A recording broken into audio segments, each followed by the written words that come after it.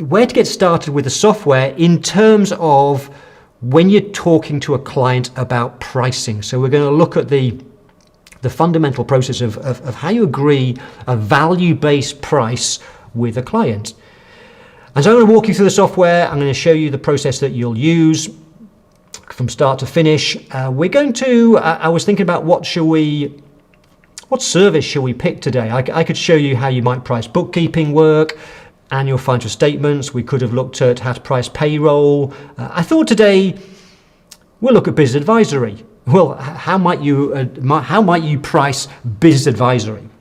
But of course, the process I'll teach you and show you today will be the same process, regardless of what service that you might price. So before we get into the software, we have to think about, well, what do we say first? When we're talking to a client, what are the things we want to do as in our pricing conversation, in our value conversation? And if you're in my Value Pricing Academy, you'll know I talk a lot about the 3 stages of the value conversation. And whilst today is more about stage 3, we mustn't neglect the first 2. So stage 1, the first stage of the value conversation, is what I call uncovering the value. That's where we ask the client questions. We want to understand what's important to the client. What are their goals in life? What's their goals for their business, for them? What are their challenges? What are their pain points right now? What are the problems they're facing? We want to ask questions to understand that, because the better that we gather this information, the better we understand the client, the better we understand what's really at stake, the real problems and where they want to get to, then the better place that we are, A, to prescribe the right solution, and also it helps us to understand what's important to them so that we can then make sure that we deliver value. And the more value we deliver, then the better the solution the client gets. But also when we value price, the higher the price we get. It's a win-win situation. That's what's great about value pricing. The more value we create, the client wins. The more value we create, we price according to that. The more we get a higher price, it's more profit, and we win as well. So that's the first thing we want to do in our conversation. We want to talk to the client and ask questions. Once we've done that, once we understand better, then stage 2 is what I call building the value. And that's where we add more value by creating a better solution that better serves their real needs that we've uncovered. And also, how do we communicate that? What are the words we say? What are the language patterns, the things we say to help build up the value to the client, so that at the end of that stage, they want to buy. And they want to buy so much that the price is now less of an issue. And one of the things that we might do in that stage as we're building up the value, which if you're in the Value Pricing Academy, you'll know we talk a lot about on Thursdays, is you may want to create a professional looking brochure to help guide you through the value conversation to build up the value. And one of the things that you may well do as part of that conversation is recognize the fact that one of the fundamentals of value pricing is everybody values things differently. And so if we just give them one price, we're going to give them it's going to be the wrong price. One price is going to be a mistake, because if we give a price for something and the client says yes to that price, what it means is they would have probably paid a higher price. We've left money on the table. So we want to give them different choices. We want to give them different options. And one of the things that we should do is use what's called menu pricing, where you create different packages of your service. So going back to the brochure idea, and I'm not sure with the lighting whether you can see, there you go, let me turn that a little bit. You can see it might be you have a table with ticks and crosses. You've seen this before, the 3 columns, the bronze, silver, gold if you like. So the client can then start to pick which of those options, packages might be best for them. Give people choice. People like choice, they love choice. And what we want to do is before we even start to think about price, we want to get to the end of that stage 2 where the client understands the value, they see the value of what you're doing, and they've seen the different packages you've presented, they want to buy, and you want them to articulate and tell you which is the one that they want. I want the middle option, they might say. Great. Once you've got to that stage, once you've built up the value and they understand the value and they want to buy, then we move to stage 3. And stage 3 is where we capture the value. What that means is we price based on the value that we've created and communicated. So the more value the client sees, then we should charge a higher price. That's value pricing. Okay, nothing to do with, we should not be pricing based on our costs, based on how long the project takes. We should price based on value. The question is, how do we do that? How do we, if we're sat in front of the client, how do we price based on value when every client's different? Every client has different scope, different needs. How do we do it there and then? We need a system to do that. And that's what effective pricing does. Effective pricing is a system for pricing in front of the client, to involve them in the pricing process. And there's a number of reasons why that is hugely beneficial. When you involve the client in the pricing process, then there's transparency. They can see how you're pricing. When there's it's not you just making up a number. If you said to the client, oh, we could do this work, it's going to cost you 5,000, then they're going to think, you're just making that up. And if they start to think that, they're going to try and push back and negotiate. But when there's transparency, when they can see there's a system, they can see how you're pricing, then there's greater credibility, there's greater trust, there's less likelihood that people will negotiate and push back on the price. Also, when you involve people in the pricing process, one of the things that happens is people buy more. You end up selling more as a result of that. And sometime I'll tell you about some examples of that. Apple do it incredibly well, for example. It's part of the psychology of the buying process and pricing. People buy more. You also close at a higher rate, because if you have a pricing conversation in front of the client and the price is too high, you'll get immediate feedback on that and you can work with the client to change. Whereas if you just send out a price in a proposal through the mail, by email, and the price is too high, chances are you'll never hear from that client again, because they'll go somewhere else and say, I've just had this price, can you beat it? And the accountant down the road will say yes, because they always do. So we want to price in front of the client.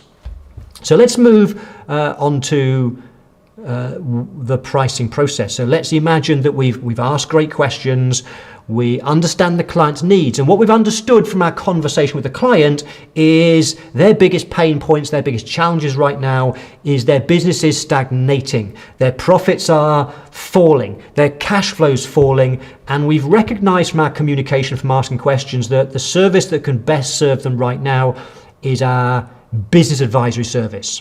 So we'll use that as our example today.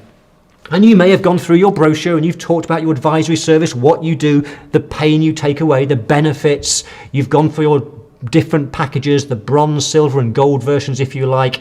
And the client says, yes, this is exactly what I've been looking for. And I think that middle option is the one that I want. Great. Now we can start to use the pricing process.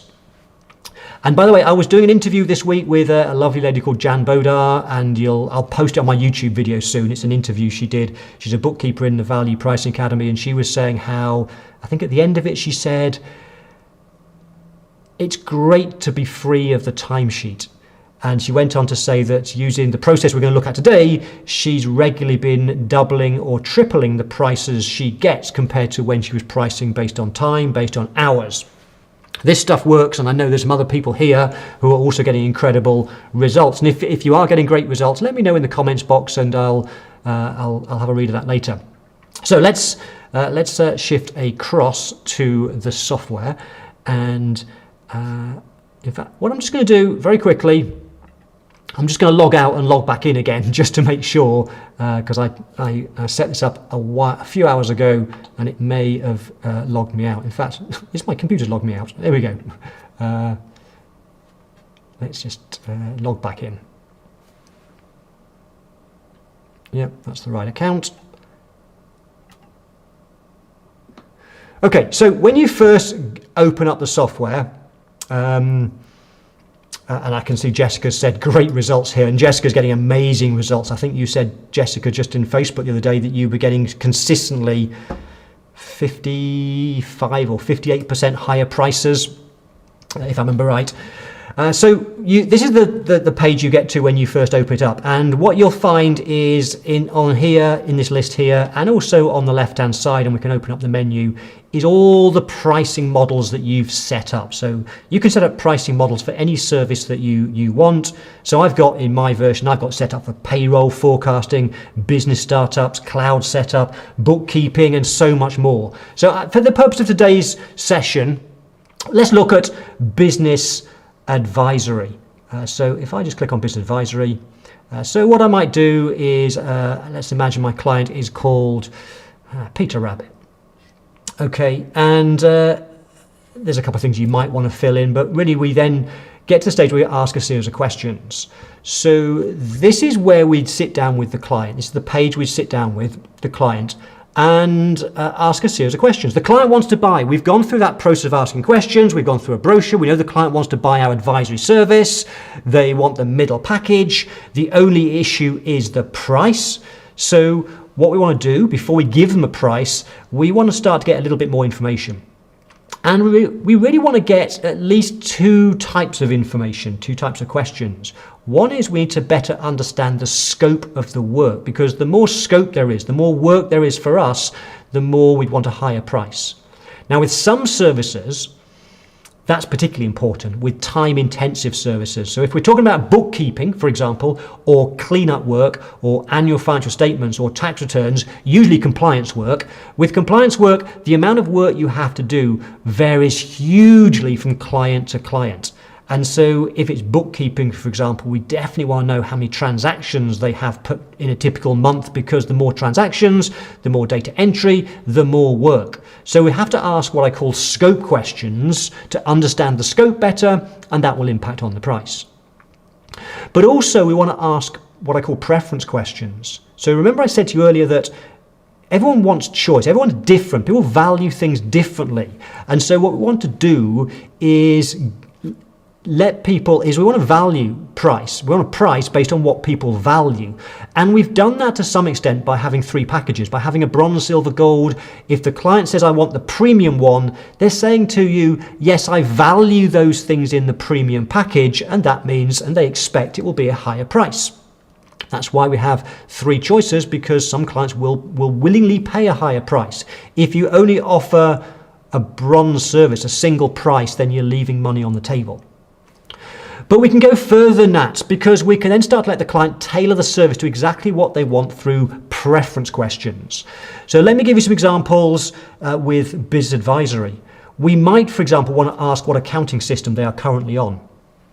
Is it QuickBooks Online? Is it Sage Line 50? Or is it just a spreadsheet-based system, for example? Of course, if it's on a spreadsheet-based system and you're doing monthly reports, that's a lot of work for you to then create management reports. But if you're for example, a QBO Pro Advisor, and you love QBO, and you've perhaps been doing the bookkeeping for the client, and they're on QBO, then you know that producing reports will be basically the touch of a button. Much easier to do.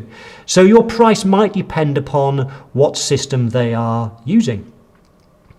You might also want to amend your price based upon the quality of the records, because as part of advisory work, as well as giving advice, we're going to be producing some monthly information, some management reports, some monthly profit and loss accounts, and so on. And so that's easier to do if the client's got good books and records in the first place. And if you're doing the bookkeeping, hopefully that means the books and records are perfect every single month, and you can just hit that button and produce the management reports ready to go into the business advice stage.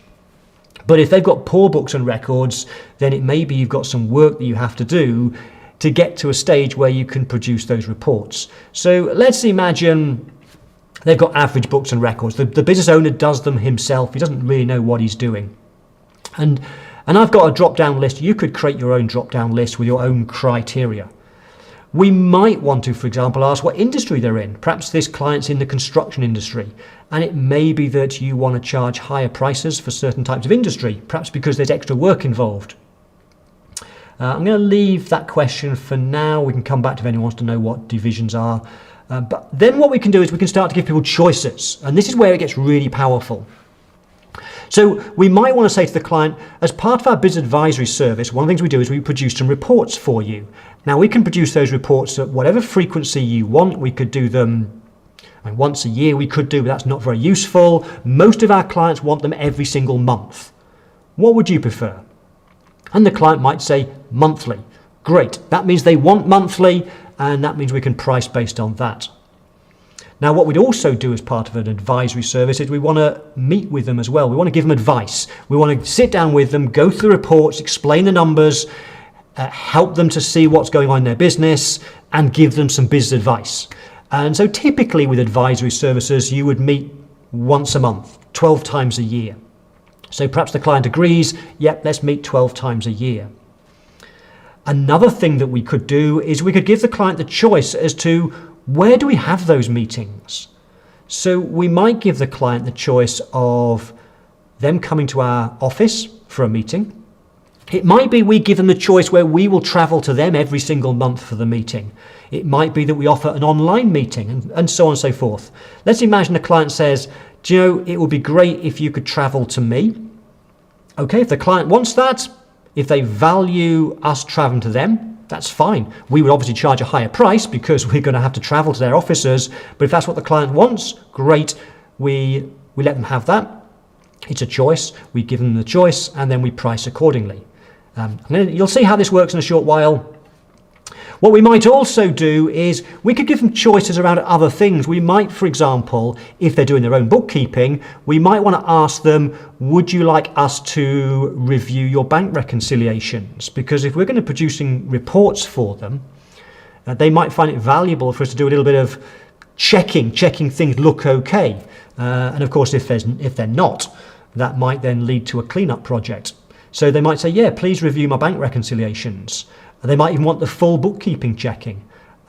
We might want to offer them things like industry-specific reports. It might be if this client's in the construction industry, we can create some specific reports for the construction industry with specific ratios and numbers that are relevant to that industry. And if they say, yes, that would be valuable, then we could have a higher price because of our expertise in creating reports for a particular industry. Something I think is a great idea is this last one. If I was doing advisory work, one of the things that I would do is as well as producing the management reports and having a meeting with the client, I'd also do a video for them so they can go back and revisit it. Every month I'd produce the reports, turn on my camera, my loom, and I would record a short video talking through the results. That's really valuable. And so I'd offer that. Would you like video commentary to accompany your reports? And the client might say, yeah, that sounds great. I'd love that. So we give them choices. We might also give them a choice of when they have those monthly meetings, who is that meeting with? Do they want to meet with you, the senior partner, or are they happy to meet with someone else in your team? As you probably know, they always say you. They always want to meet with you. That's fine. If somebody wants to meet with you, that's because they value the relationship with you. Guess what with value pricing? What happens to the price? It goes higher, okay? If they want a lower price, they deal with somebody else in the firm. So let's imagine it's the senior partner, and we might also ask them one more time, so which package do you think is best for you? And perhaps at this point, the client says, do you know, I was thinking of the full one, but actually the premium one actually looks real. I want the premium, actually. On hindsight, I'll have the premium. Okay, great. So we ask these questions because we want to better understand scope and things the client wants. Now what we do is we take them to the page where we can show our different packages, which we've done hopefully already, ideally using perhaps a brochure. You have them in here, but now we can remind them. So let me just remind you again of those packages. And the client says, yeah, it's the premium I want. I want all those things. Okay, great. The only thing left to decide now is the price. So what we now do is we reveal the price. And I don't know how well you can read the numbers, but I've got this one set up so that for the premium reporting, the most expensive management reporting service for this type of client, it's 12 payments of $2,460. And you might be thinking, wow, that's a lot. That would be great if I got that. That would be getting on for 30,000 a year. That would be a great client for advisory work. But you might also be thinking, my clients will never pay that. And they might not. They might not. The client, at this stage, only one or two things can happen. The client either says, yes, that's great, let's start at 2,460 a month, or the client might say, no, that's too expensive, I wasn't expecting that. And that's fine, because what we've done is we've used a high price to create an anchor in their mind. So those of you that understand price psychology will know this is really important. The client wants to buy. The client, you wouldn't have got this stage unless the client wants to buy. They want to buy. The only issue is the price. They want to buy, they just can't afford 12 payments of 2,460. So if the price is too high, then what we do is we work with the client to change a few things. There's 3 things that we can change. The first thing I'd recommend you do is go back to some of those questions. So it's 12 lots of 2,460, it's 2,460 a month. We might say to the client, well, the reason it's that price is because, and then we pick something they said yes to earlier. So it doesn't matter which one you start with, perhaps pick the one that the client wasn't too sure of the value. So we might say, for example, well, the reason it's that price is because you would like us to check all of your bookkeeping every single month and do the bank reconciliations. Is that really important to you? And if you've got doubts about your bookkeeping, then we probably should do that. But if you think your bookkeeping is okay, perhaps you don't need that. What do you think? And the client might say, I think I'm happy with the bookkeeping. Okay, let's say no to that. Let's not do the checking. We won't do the checking of the bookkeeping. And then we go back to here and we have a new price. It's now 2,120. That first price was 2,460. That's created in their mind what's called an anchor. And now every price they now see, they will judge compared with that. If it's still too expensive though, we just change something else. It might be, for example, we say, well, the reason it's 2,000 is because you want to work with me every single month. And that's fine if you want to. But actually, my assistant, Fred, he actually specializes in the construction industry. I can bring Fred in now if you'd like, and you can meet Fred. My clients love working with Fred. And if you work with Fred every month, it's a different price. Would you like to see what that price is? And the client will say yes to that because they want to know what would it cost. And so if, let's say, Fred's the junior partner, it's now 1,910. So at this point, the client's now starting to breathe a sigh of relief because they want to buy, but 2,460 a month was too expensive. But now it's now 1,910. They may well say yes to that. Of course, if they don't, it's not a problem because we can go back one step at a time and change things. So I would recommend you only change one thing at a time, but I might change a couple just to speed things up. Rather than us traveling to their office every single month, we might say, how important is that to you? Perhaps we could just meet online. And so let's imagine it's an online meeting, which is much easier than you having to travel every month. And perhaps they also decide that they only need to meet with you every other month, let's say. So we could change a few more things. Perhaps they don't want the video commentary. And now the price is 1,400. So we start with 2,460, we're down to 1,400. And we could keep going. We could keep going until the client says yes. Of course, there's some other things that we could do. Imagine we've discovered at this point in time that this particular client, his budget's way below that. He really wants some advisory work, but he can't afford anywhere close to that. Then, of course, what we could do is we could say, well, perhaps you need just the middle option for now, the full reporting, or even the starter option, which is just 517. And what I would do is I'd say to the client, we can always start with the starter option, and then we can review things in 6 or 12 months as your business starts growing, as we start working with you and you start acting on the advice we give you. You can always upgrade later. So the client might say, yes, let's go with the starter option at 517. So we started with 2,460, we're now down to 517. Somewhere in that range, the client is likely to say yes. But what if that's still too high? What if we've exhausted all the preference questions and the starter option is still too high? What could we do? Well, one option is, although we've gone public in our brochure with 3 different packages, we could have a cut down version. It could be that the reason this client can't afford 12 payments of 517 is there may be a business startup. They just don't have the cash yet. And so it may be you have a special option for business startups. And so if I hit this TR button, it stands for toggle reveal. I've got this one set up to have a light option, a cut down version of business advisory, and it comes out at 388. So we've now gone from 2460 down to 388. The client wants to buy somewhere in that range. They are likely to say yes. We're just working down till we get to the price point they're willing to spend. What if even that's too high? Well, we could always crash and burn. We could discount our prices. I never recommend you discount, but what we can do is we can swap things.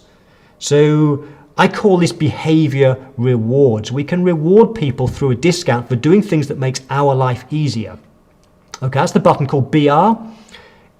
It could say discount, but if it said discount, every client would say, what's that discount button? So that's why it says BR. It's fairly, it's a fairly hidden button.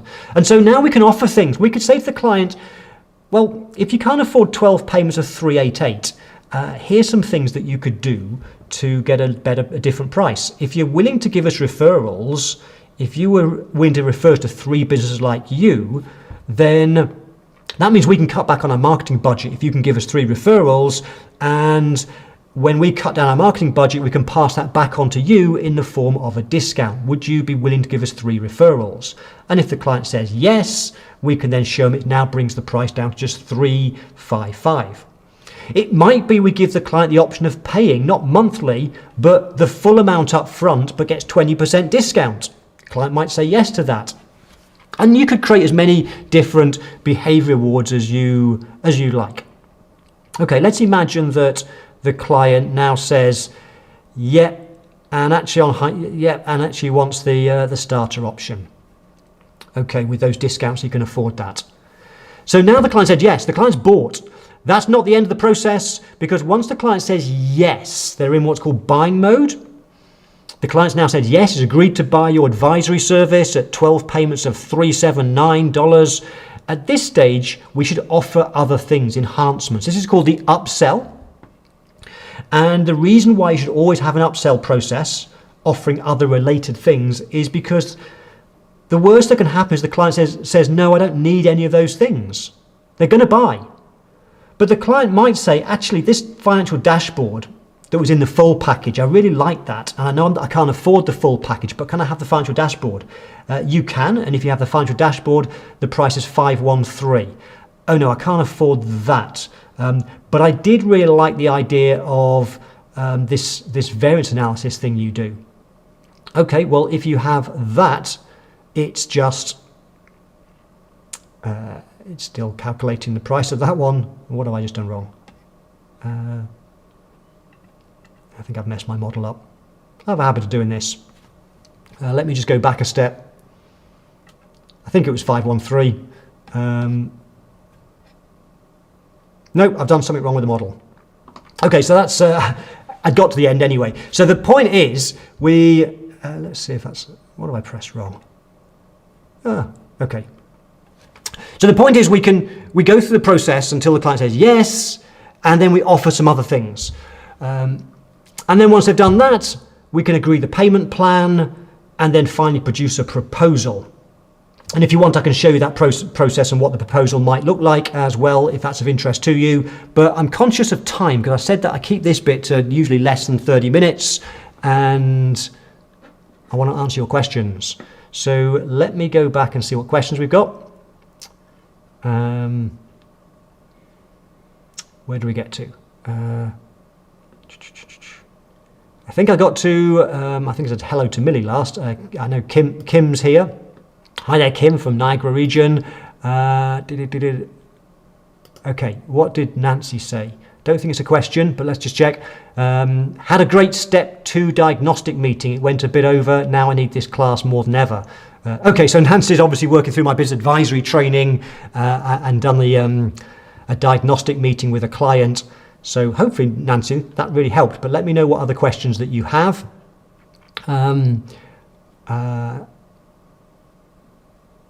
Interesting, Lisa from the UK is she's working with me on the journey of changing the way she prices. So she's on the fixed pricing part, giving fixed prices now and increased turnover by 20%. That's awesome, Lisa. Well done. And now you're starting to work on menu pricing. Okay.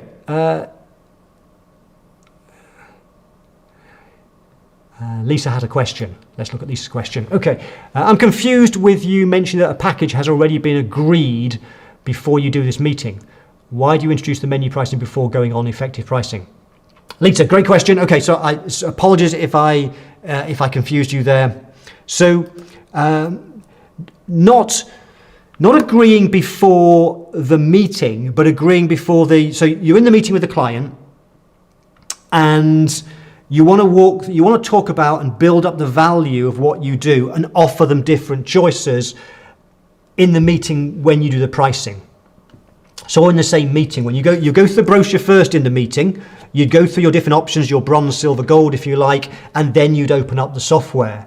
And okay, so here's the. I might have to go back. I'm going to go back into the software, I think, because it'll help me illustrate something. Okay, I'm just going back to. Yeah, here we go. So when you first go to when you have asked the questions, it then takes you to the page with the different packages. And at the moment, there's no prices here. You have to press the fixed price button to reveal the prices. The prices, by the way, are different because I've played around with. I've just gone through and started a new one. So the reason why the prices are not shown straight away is because before you show the prices, before the client sees the price of each of your packages, you want the client to tell you which one they want without them seeing the prices. And you can either do it here before you hit the fixed pricing button, which one do you want? In fact, in this particular model, if I go back a stage, the final question is, which of our packages do you feel is most appropriate to you? And this question doesn't affect the math at all. It's just to get the client to articulate.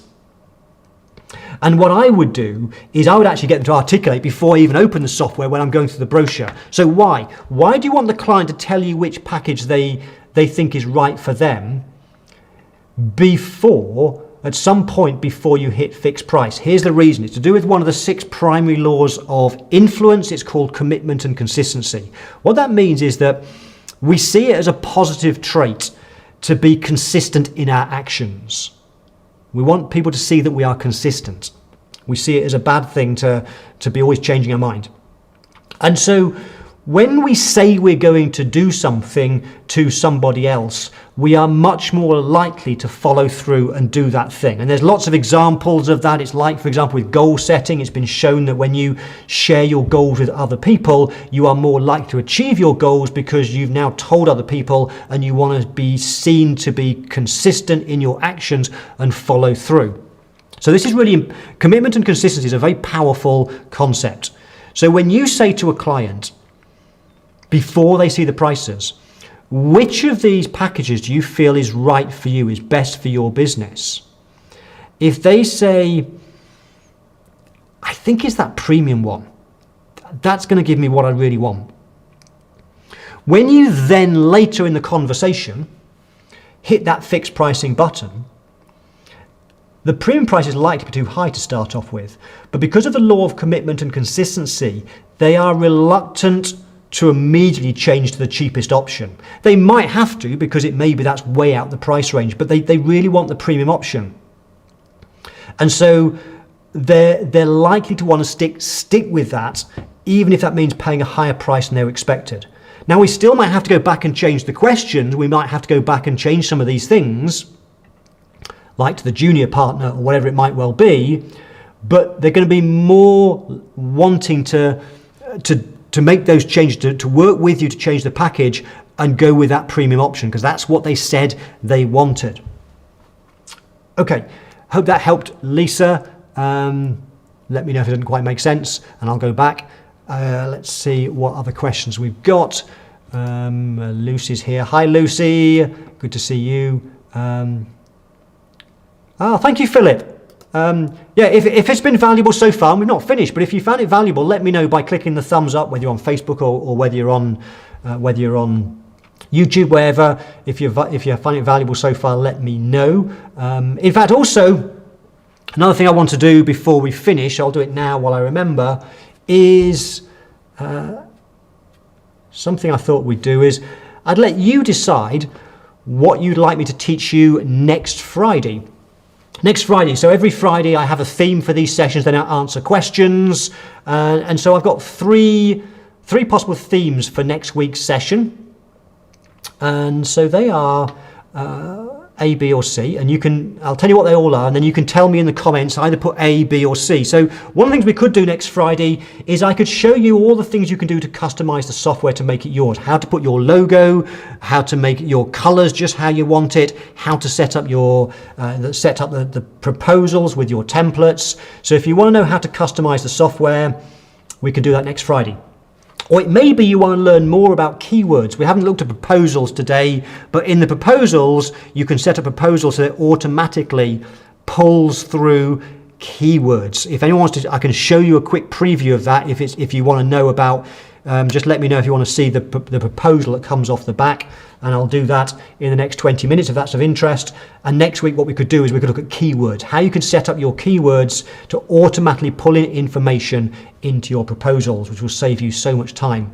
And the third thing we could do next week is we could look at how the prices are calculated. We can go behind the scenes, under the hood, and understand the math better as to how the prices build up and how we can then better build our own models.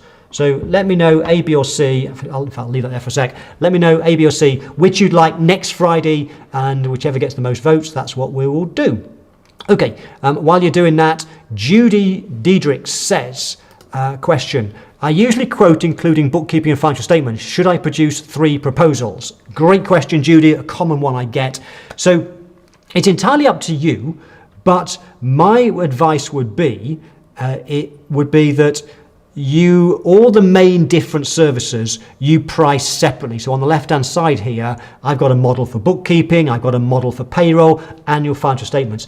I would price them all as separate services with separate proposals. The reason for that, Judy, is because firstly, so you're talking about bookkeeping and end of year financial statements. They're 2 completely different services. They have different scope, for example. So bookkeeping, the scope of the work is how many transactions every single month. Whereas end of year financial statements, which is the statutory financial statements, the corporation tax calculations, returns and so on, the number of transactions are irrelevant because we're working from a finished trial balance. And so for end of year financial statements, it might be things like the size of the business. A larger business might have to disclose more things, more statutory disclosures. So in the UK, we have, if you're a large company, you've got to submit different sets of accounts to a small company. So there's different things that affect the price. So it's by pricing the 2 separate, we can better get the right price, get the scope factors in there, get the preference questions. We can also have separate brochures for each. We might have one for bookkeeping, one for annual financial statements, so we can increase the value of both in the same way through our communication. But also, Judy, another reason is when you price them as 2 separate things and the scope changes for one of them. So let's imagine we're doing the bookkeeping and the end of year financial statements, and then 6 months in, they've suddenly had a growth surge and suddenly something great happened in the business, but they've now got 20% more transactions. Well, if they've got 20% more transactions, you've got more work to do from a bookkeeping point of view. So the price should change for the bookkeeping. But it doesn't need to change for the end of year work. The work that you'll do another 6 months later when you get to the year end, that doesn't need to change because that's work you do based on end of year trial balance. So when you price them separately and scope of one thing changes, you can then revisit the price of that one thing without changing everything else. Hope that makes sense, Judy. Okay. Steph says yes, please, to the proposal demo. Okay, I will do. Yeah, let me do that. So let's go back to, select a package. Let's imagine that this particular, I've just done another fresh one. So let's say this particular client wants, I've got Peter Rabbit here again, and they want the full reporting. I've got $645 a month. I won't bother with behavior rewards. enhancements. Let's just go straight through to the payment plan. We can change that. And then there's a screen just where you can just summarize it with the client and say, okay, so Peter, just to confirm, the price is this, and you're on QuickBooks Online, you want to meet monthly, and so on. That just confirms the way they've answered the questions. Yep, client's happy, $645 per month plus sales tax. So that's the end of the process with the client. The client, so you can then finish the meeting off. When the client goes, you can then afterwards, you could do it in front of the client this, but I would recommend you do it afterwards. When the client leaves, we can then create the proposal. So the first thing we want to do is select a template. Now you can build as many templates as you want. I happen to have one here for advisory for people who use live plan. So we'll use that as the template. We need to give it a name. So I'm going to give this template, this proposal, a name. And I was talking to this client a lot about profit improvement. So I'm just going to call the proposal profit improvement. So if I hit save and continue, what it then does is it pulls in that template we've created, and you'll see these things in squiggly brackets are what's called keywords.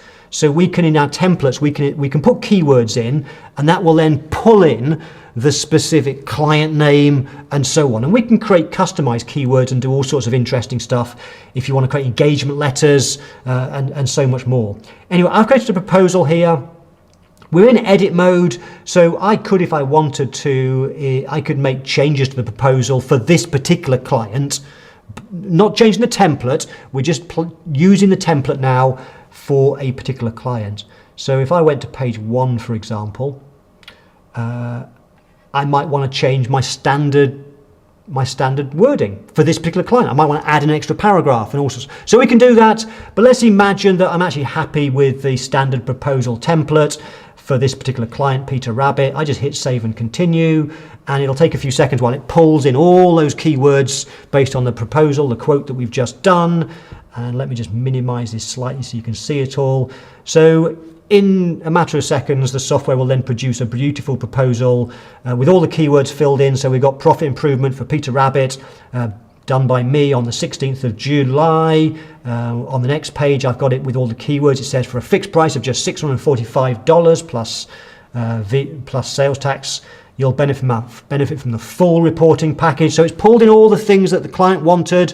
If I carry scrolling through, they can sign it.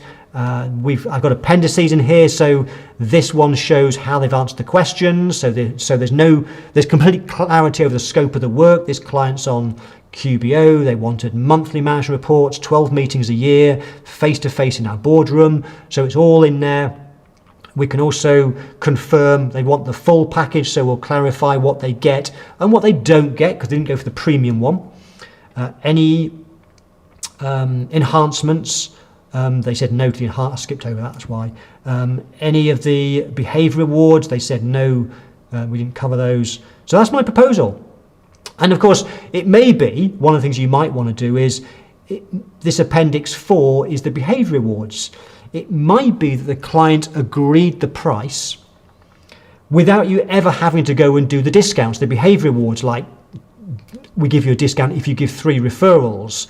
So if you don't use behaviour awards, you might not want them to have this particular page because it draws their attention, and that's fine. So all you would do is in the edit stage, you would go to page number 4, and I'd hit the edit button, and then that Appendix 4, I would just delete that, hit the delete button. Yep, I want to delete it. Hit save and continue, and that's now going to give me my proposal for Peter Rabbit, just as I showed you just then, but it's just removed Appendix 4. So the Appendix 4 is still in the template. The template for future other clients, it will have those behaviour awards, but I've taken it out of here because I don't want the client to see that we could have offered them some discounts. So I hope that makes sense, and hopefully that helps you, Steph. You want to see the proposal demo. We can go deeper on proposals in another session, and usually Emily does that because Emily she's the one that designed that. She designed this proposal, and some of you will know that if you want, Emily can build your proposal templates for you. A few of you have had her do exactly that. So she was the one that built this one. Okay, you could do some really nice stuff with the proposals inside the software. Okay, Nancy says, we've got 10 minutes left. Let me try and do as many questions as possible in 10 minutes. Nancy says, what did you press wrong in the pricing model you set up so I can avoid the same mistake? Oh, the mistake I made, I don't know. I need to go and check. But sometimes my problem is I do so many demos, Nancy, and mess around with things. And then afterwards, I don't go and take my model back to where it was. So sometimes on my version, I mess around with questions, I delete things, and so sometimes I then get that unexpected surprise when the software is trying to do a calculation and I've messed something up. So I don't know what it is that I did, but there'll be something that I changed somewhere. If I find out, Nancy, I'll let you know. Okay, Cindy says, Mark, would you send the prospect a copy of our brochure before or after the first meeting, where we go through the questions? Okay, so what Cindy's talking about is, Cindy's in the Value Pricing Academy, so I teach this 3 stages of the value conversation. Stage 1 is where we uncover the value, we ask questions. And whilst you could have all those 3 stages in one meeting, we could meet with the client, ask questions, go through our brochure or our draft proposal, build up the value, and then go into the pricing. If it's a brand new client or if it's a large project, one of the things I recommend is we actually break it into 2 meetings, and sometimes 3, where the first meeting might be where we ask the questions, and then at the end of the meeting, we book in another meeting a few days later so we can go away and think about and start to build up our specific packages for that particular client. So that's what Cindy's saying about what she means by first meeting, second meeting. First meeting could be that we just ask the questions. It's the fact-finding meeting 1. Meeting 2 is where we then go through our recommendation, our packages, and agree the price. So the question is, if we've got a brochure, should we send that to the client before that second meeting? And the answer to that is, I don't have a problem with that, because if the client's coming in for a second meeting where you're going to go through your brochure or your draft proposal, if you send it to them in advance of the meeting, then it gives them a chance to read it, absorb it, see the value. And those of you in the Value Pricing Academy will know a lot of this is about building up the benefits of what you do. And so if they read about the benefits of what you do before that second meeting, then they're starting to get excited about what you can do. It also means that meeting where you build up the value, rather than starting from scratch and pulling out the brochure, you might say to the client, so Cindy, you've had the brochure. Which of the things in there really caught your eye? What other questions have you got? So we can start to drill into things the client specifically noticed or questions they've got.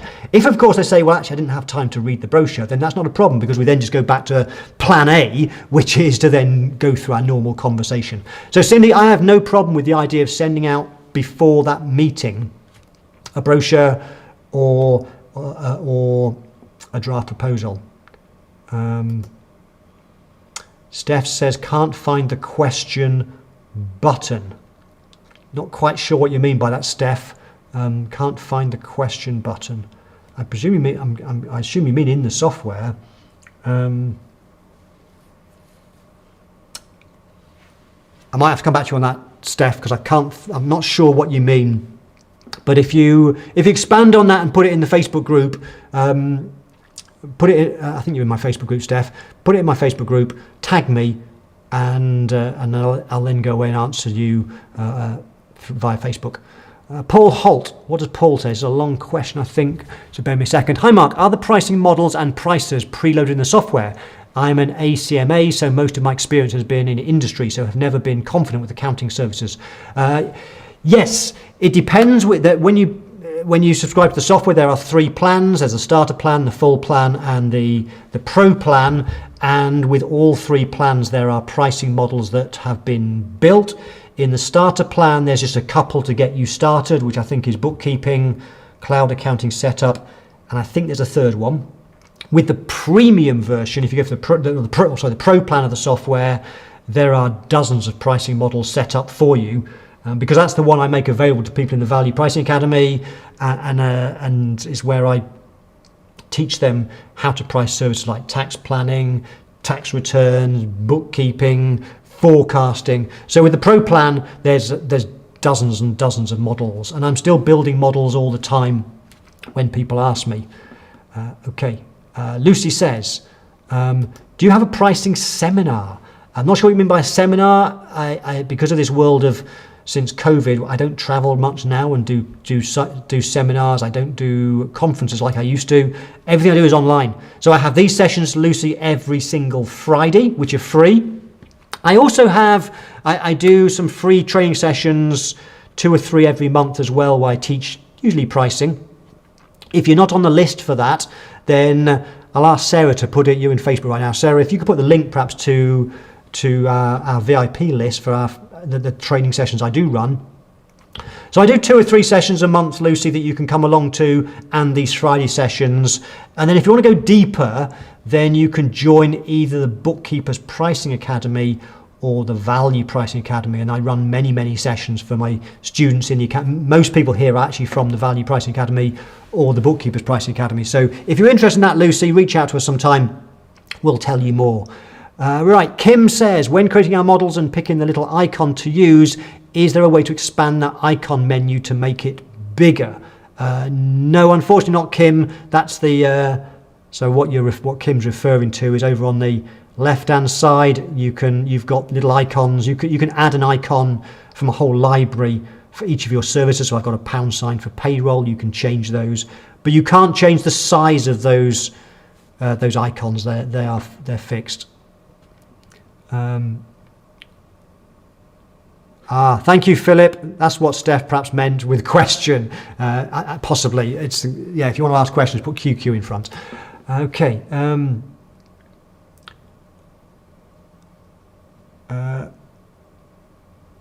The next one's from Jean. I'm not sure I understand the question, but let me read it again. I don't understand about the change regarding the bank reconciliation, because if we change from month to years or other anyway, we have to do it. I'm not sure what you mean, Jean, but when I was going through the questions for advisory, and I think you're referring to the question, would you like us to check your bank reconciliations? I was giving you some examples of some of the questions you might ask the client. And going back to the question from, was it Paul Holt? We create models for you like the one I've showed you. All the models that we create are really just suggestions of the questions you could ask and how you package things. You can go behind the scenes in the software and change anything that you want. You can delete questions, you can add your own questions, you can change those drop-down boxes. Everything can be changed. So if you don't agree with that question of offering to do a bank reconciliation or check their bank reconciliations, just take the question out if it's not appropriate to you. I was just giving you some examples to get you thinking of some preference questions, some choices that you could give to the client. Right, we have 2 minutes left, so we probably have time for a couple more. Let's see.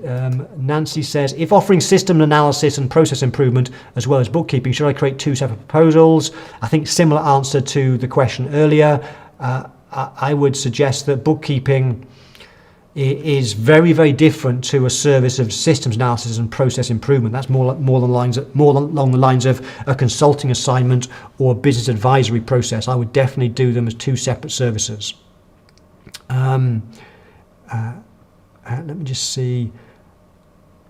I'm just scrolling through. I'm not going to get through all the questions. There are so many comments, but then again, I think a lot of them are choosing next week's topic, A, B, C. So let me just see.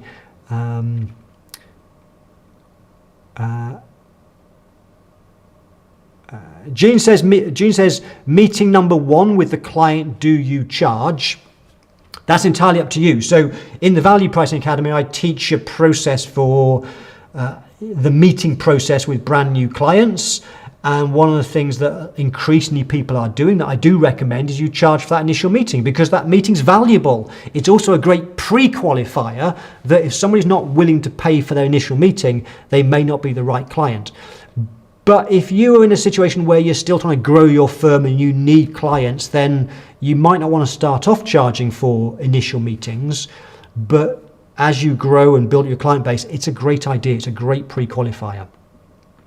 I think it's 5 o'clock. We've run out of time for questions. I'm so sorry. I did say that these sessions are strictly 60 minutes because it's Friday. It's 5 o'clock here in Portugal, end of the week. So if I have missed your question, firstly, I'm really sorry. We never quite get through all the questions. So if you've got a question that's unanswered, 2 options for you. Option number 1 is come along next Friday. Come along next Friday and ask your question. Just ask it a little bit earlier and make a note of it somewhere and remember to ask it so I get to you first. Option number 2, if you don't want to wait till next Friday, ask your question in my Facebook group. So the Facebook group is Value Pricing with Mark Wickersham, or if you're in the Value Pricing Academy, you can ask it there and you'll get probably a detailed answer. So ask me the question in the Facebook group. Feel free to tag me if you want, and I'll then answer the question. Just bear in mind it's the weekend now, so I can't guarantee I'll answer it over the weekend, but I will get to it sometime next week. So ask in the Facebook group or come to the live session next week. Of course, if you are in the Value Pricing Academy or the Bookkeeper's Price Academy, next week is all of our live sessions together. So Monday is Marketing Monday. We'll be teaching marketing, and then the Tuesday, Wednesday and Thursday sessions. So that's for you if you're in my pricing academies.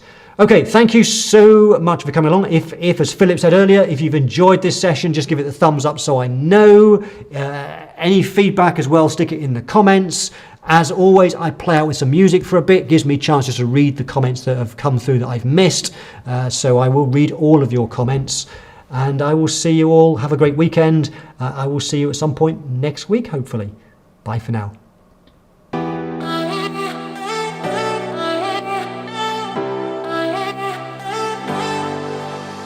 I wasted all my time, I wasted all my nights, I wasted it on someone who's indifferent. He didn't love me right, he told me I was blind, but I never really wanted to listen.